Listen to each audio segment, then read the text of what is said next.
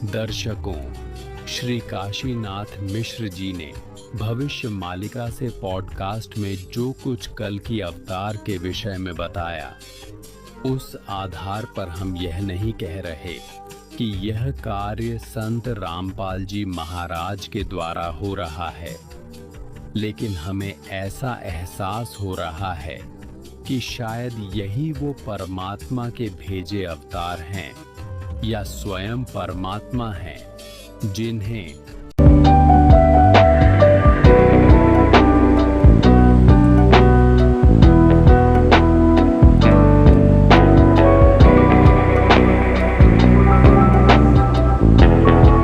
श्री काशीनाथ मिश्र जी और अन्य भविष्य वक्ता कल्कि कहते हैं। लेकिन हम उन्हें कल्कि नहीं कहते, क्योंकि कल्कि तो कलयुग के उसी निर्धारित समय पर आएगा, जैसा कि शास्त्रों में बताया गया है कि कलयुग की अवधि 4,32,000 वर्ष है और अभी तो कलयुग केवल 5,534 वर्ष ही बीते हैं, जबकि कल्कि तो कलयुग के अंतिम समय में आएगा। लेकिन कलयुग की इस बीच की पीढ़ी में कबीर परमात्मा स्वयं आए हैं। हम इसे कबीर सागर के आधार पर बता रहे हैं, जिसे स्वयं परमात्मा ने लगभग 600 वर्ष पहले बोला था और धर्मदास जी ने लिखा था।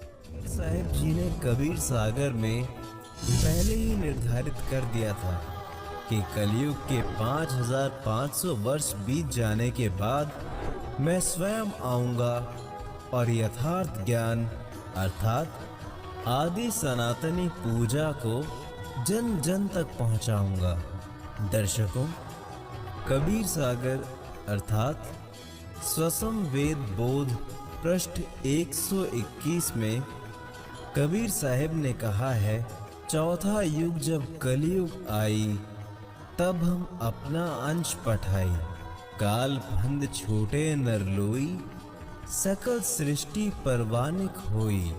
घर घर देखो बोध विचारा, सत्य नाम सब ढोर उचारा। 5,505 तब ये वचन मेरा होगा साचा। कलयुग बीत जाए जब एता, सब जीव परम पुरुष पद चेता।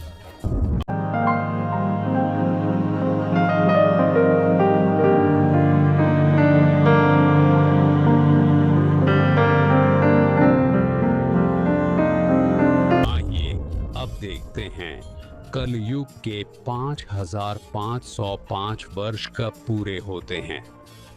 दर्शकों, कलयुग 4,32,000 वर्ष का होता है।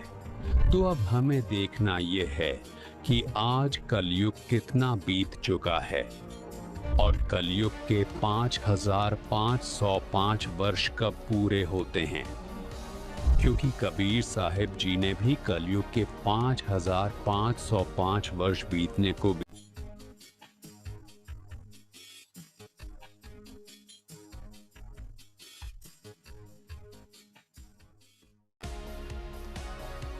तीर्थ। इसके प्रकाशक हैं रंजू चक्रवर्ती। आदि शंकराचार्य जी की जीवनी पुस्तक में लिखा है कि आदि शंकराचार्य जी का जन्म ईसा जी से 508 वर्ष पहले हुआ था और पुस्तक हिमालय तीर्थ में भविष्यवाणी की गई है, जो आदि शंकराचार्य जी के जन्म से पहले की है। कहा है कि आदि शंकराचार्य जी का जन्म कलयुग के 3,000 वर्ष बीत जाने के बाद होगा। अब गणित की रीति से जांच करके देखते हैं। अब वर्तमान सन 2026 में हम देखेंगे कि कलयुग कितना बीत चुका है। आदि शंकराचार्य जी का जन्म ईसा जी से 508 वर्ष पहले हुआ था, यानी वर्तमान में ईसा जी के जन्म को 2026 वर्ष हो गए। शंकराचार्य जी का जन्म ईसा जी से 508 वर्ष पहले, यानी शंकराचार्य जी के जन्म को हुए आज 2026 जमा 508 यानी 2534 वर्ष हो चुके हैं। आदि शंकराचार्य की जीवनी पुस्तक के अनुसार आदि शंकराचार्य जी का जन्म हुआ कलयुग के 3000 वर्ष बीत जाने पर, मतलब वर्ष 2026 में कलयुग बीत चुका है। 3000 जमा 2534 वर्ष यानी गणित के हिसाब से आज कलयुग 5534 वर्ष बीत चुका है। अब देखना यह है कि आज 2026 में से इतने वर्ष कम करने पर कलयुग के 5505 वर्ष पूरे होते हैं। मतलब 29 साल पहले कलयुग के 5505 वर्ष पूरे हो चुके थे। यानी 2026 में यदि कलयुग 5534 वर्ष बीता है तो 1997 में कलयुग 5505 वर्ष बीत चुका था। फिर कबीर साहिब ने कबीर सागर अध्याय स्वसम वेद बोध के ही पृष्ठ 171 में कहा है, 5 सहस अरु 505 जब कलयुग बीत जाए, महापुरुष फरमान तब जग तारन को आए। कहा उग्र कहा क्षुद्र हो, हरे सबकी भवपीर।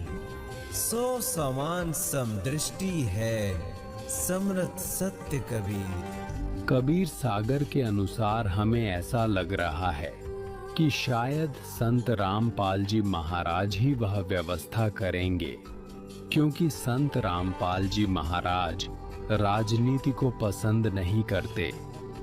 उन्होंने अपने शिष्यों पर भी राजनीति में जाने पर बैन लगा रखा है, और यदि राजनीति से कुछ होना होता तो देश को आजाद हुए लगभग 79 वर्ष हो चुके हैं।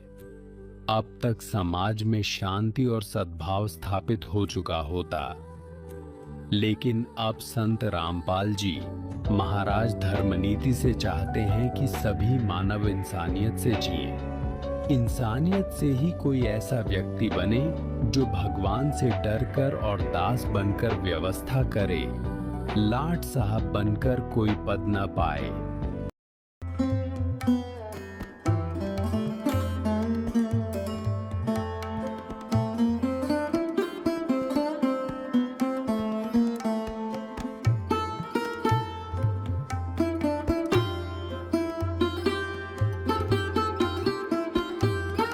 यह संत रामपाल जी महाराज की नीति है, और भविष्य में जो कुछ होगा वह आप भी देखेंगे और हम भी देखेंगे। दूसरा तथ्य, जो सोने की गिरावट को लेकर भविष्यवाणी बताई गई है, वह भी गहरे संकेत देती है। यदि हम वर्तमान स्थिति को ध्यान से देखें तो यह बात स्पष्ट होती है कि यह संकेत भी संत रामपाल जी महाराज के विषय में ही प्रतीत होता है, क्योंकि संत रामपाल जी महाराज के आदेशानुसार उनके करोड़ों अनुयायी स्वर्ण का उपयोग नहीं करते। दर्शकों, संत रामपाल जी महाराज इसका कारण बताते हैं कि जब धर्मपरायण राजा परीक्षित के राज्य में कलयुग ने अपने पैर पसारने चाहे तो कलयुग के प्रभाव से राज्य में अनिष्ट और अप्रिय घटनाएं होने लगी। तब राजा परीक्षित ने धर्म की रक्षा हेतु कलयुग का विनाश करने का संकल्प लिया। मृत्यु को सामने देखकर भयभीत कलयुग राजा के चरणों में गिर पड़ा और करुण पुकार करते हुए प्राण भिक्षा मांगने लगा। राजा परीक्षित अत्यंत दयालु थे। उन्होंने उसे क्षमा कर दिया, परंतु कलयुग ने राजा से अपने रहने के लिए स्थान मांगे। तब राजा ने उसे केवल 4 स्थानों पर रहने की आज्ञा दी। पहला, जहां शराब का सेवन होता हो। दूसरा, जहां परस्त्री गमन अर्थात वेश्यावृत्ति हो। तीसरा, जहां जुआ खेला जाता हो, और चौथा सोने में। समय का चक्र देखिए। एक दिन राजा परीक्षित वन में शिकार खेलने गए और अपने मार्ग से भटक गए। उस समय उनके सिर पर सोने का मुकुट सुशोभित था। कलयुग को अवसर मिल गया और वह एक सूक्ष्म मक्खी का रूप धारण करके उसी स्वर्ण मुकुट पर बैठ गया। मार्ग खोजते हुए राजा एक आश्रम में पहुंचे। वहां एक ऋषि अपनी गहरी समाधि में लीन थे। राजा ने उनसे नगर का मार्ग पूछा, परंतु समाधि में होने के कारण ऋषि मौन रहे। सोने के मुकुट में बैठे कलयुग के नकारात्मक प्रभाव से राजा में दुर्बुद्धि उत्पन्न हो गई। स्वयं को अपमानित मानकर राजा ने विवेक खो दिया और पास ही पड़ा एक मृत सर्प उठाकर ध्यानमग्न ऋषि के गले में डाल दिया। जब यह बात ऋषि के पुत्र को ज्ञात हुई तो उसने उसी क्षण श्राप दे दिया कि जिसने मेरे पिता का घोर अपमान किया है, आज से ठीक 7वें दिन तक्षक सर्प के डसने से उसकी मृत्यु हो जाएगी। दर्शकों, इस दृष्टांत में एक बहुत बड़ा आध्यात्मिक रहस्य छिपा है।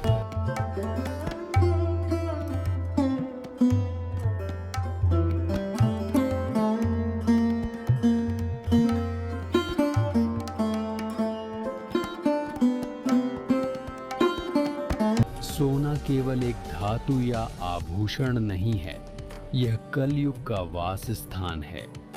जिसके शरीर पर या घर में सोने का वास होता है, वहां कलयुग अपनी नकारात्मक ऊर्जा, क्लेश और दुर्बुद्धि लेकर अवश्य प्रवेश करता है। यही हमारी मानसिक परेशानियों और पारमार्थिक पतन का कारण बनता है। दर्शकों, संत रामपाल जी महाराज का अपने सर्व शिष्यों को सख्त आदेश है, जो जुआ खेलेगा, जो व्यभिचार स्त्री पुरुष करेगा, जो शराब आदि नशीले पदार्थों का सेवन करेगा और स्वर्ण को घर पर रखेगा या अन्य तरीके से प्रयोग करेगा, उसको मिशन से निकाल दिया जाएगा और इस आदेश का सख्ती से पालन भी कराया जाता है। संत रामपाल जी महाराज हमें इसी शाश्वत सत्य से आगाह करते हैं। उनका प्रत्येक वचन और प्रत्येक दिशा निर्देश पूर्णतः शास्त्रानुकूल होता है। उनकी सफलता और सत्य मार्ग का यही रहस्य है कि वे मनमुखी साधना को छोड़कर शास्त्र